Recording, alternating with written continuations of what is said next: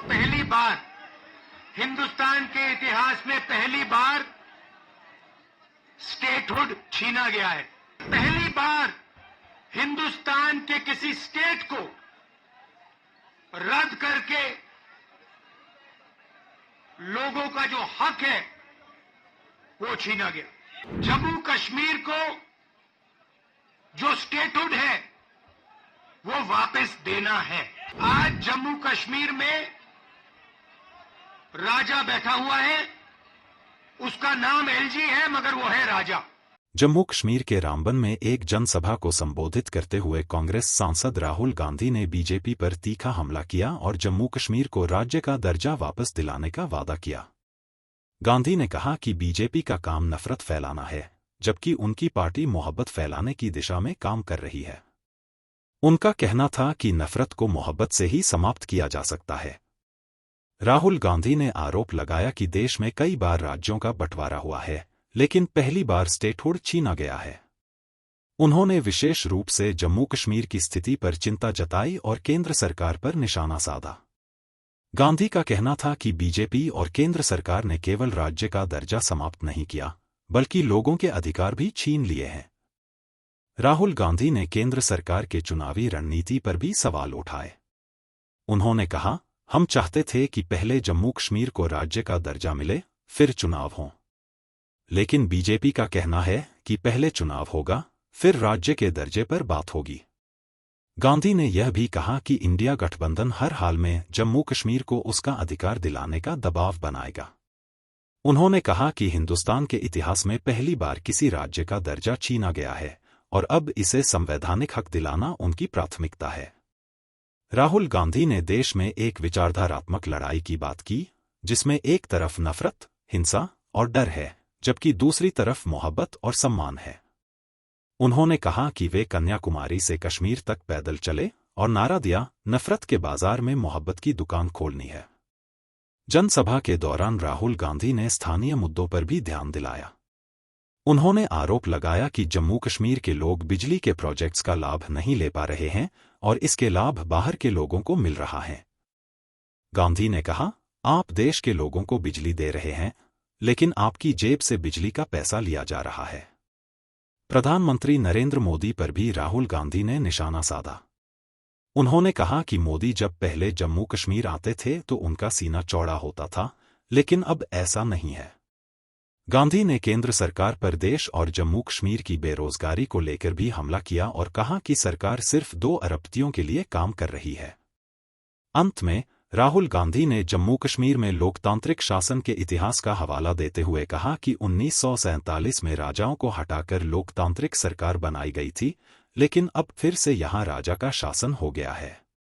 उन्होंने यह भी कहा कि वर्तमान एलजी को राजा की तरह देखा जा रहा है और उनका पहला कदम जम्मू कश्मीर को राज्य का दर्जा वापस दिलाना होगा। राहुल गांधी की यह जनसभा बीजेपी और केंद्र सरकार के खिलाफ उनकी पार्टी की मजबूत रणनीति और जम्मू कश्मीर के लोगों के अधिकारों की रक्षा के लिए उनकी प्रतिबद्धता को स्पष्ट करती है। बीजेपी चाहे ना चाहे, इंडिया गठबंधन इतना दबाव डालेगी कि जम्मू कश्मीर के लोगों को स्टेटहुड देना ही होगा। पहली बार हिंदुस्तान के इतिहास में पहली बार स्टेटहुड छीना गया है। यूनियन टेरिटरी को पहले यूनियन टेरिटरी को स्टेट बनाया गया था। स्टेट को बांटकर 2 स्टेट बनाए गए। तेलंगाना बना, छत्तीसगढ़ बना, उत्तराखंड बना, अरुणाचल को स्टेट बनाया गया। मगर पहली बार हिंदुस्तान के किसी स्टेट को रद्द करके लोगों का जो हक है वो छीना गया। पहली बार हुआ है। ऐसे हिंदुस्तान के इतिहास में, मॉडर्न इंडिया में यह काम पहले कभी नहीं किया गया है।